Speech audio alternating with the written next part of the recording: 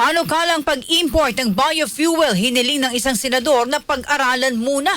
Detalye ng balitang yan mula kay Rajuman Condebatak. RMN Live Report!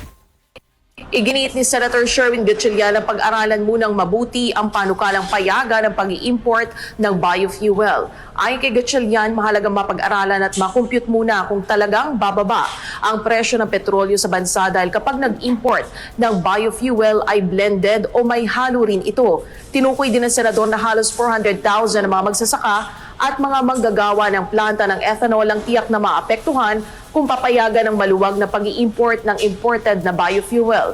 Pinatitiyak ni Gatchalian na kailangan mayroong protection at safeguards ang mga magsasakang matatamaan ng pag-aangkat nito. Sakali namang lumabas sa mga pag-aaral na may malaking impact sa mga consumers ang pagbili ng imported biofuels, sinabi ni Gatchalian na nakahanda ang mataas na kapulungan na mag-special session para maipasa ito kahit naka-session break. Kailangan pang pag-aralan ng mabuti dahil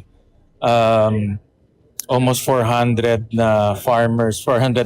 farmers as well as mga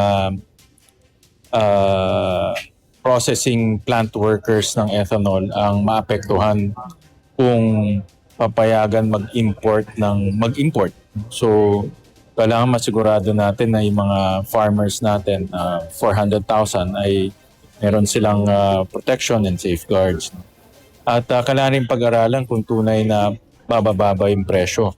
Yan ang pahayag ni Senator Sherwin Gatchalian. Kasama mo sa DZXL RMN Manila, Rajuman Condebatak, Tatak, RMN.